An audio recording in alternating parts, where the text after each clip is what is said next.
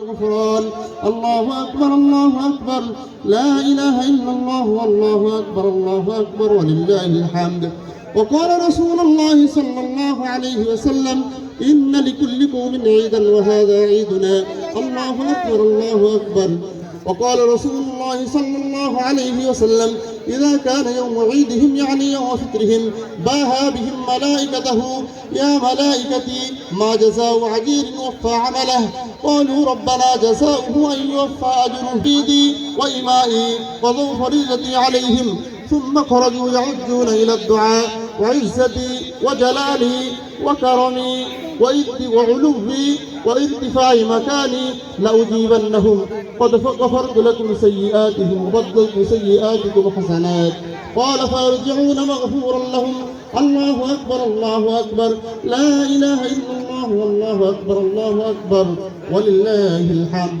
وهذا الذي ذكر ذلك الله صلى الله عليه وسلم: من صام رمضان ثم أتبعه 6 من شوال كان كصيام الدهر كله. الله أكبر الله أكبر، لا إله إلا الله والله أكبر الله أكبر ولله الحمد. الثانية: كان النبي صلى الله عليه وسلم يكبر بين أضعاف الخطبة، يكثر التكبير بين الخطبة العيدين. الله أكبر الله أكبر، لا إله إلا الله والله أكبر الله أكبر ولله الحمد.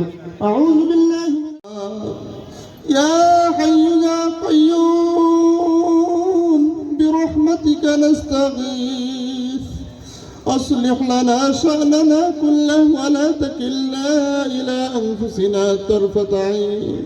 ما ربياني صغيرا، ربنا هب لنا من أزواجنا وذرياتنا قرة أعين واجعلنا للمتقين إماما.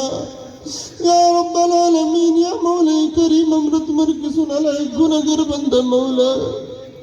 يا الله মাহে রমজানের রোজা রাখার পরে মওলা শাওয়াল মাসের ঈদুল ফিতরের নামাজের মেহেরবানি করে আমাদের নামাজকে কবুল মঞ্জুর করে না। يا الله নামাজের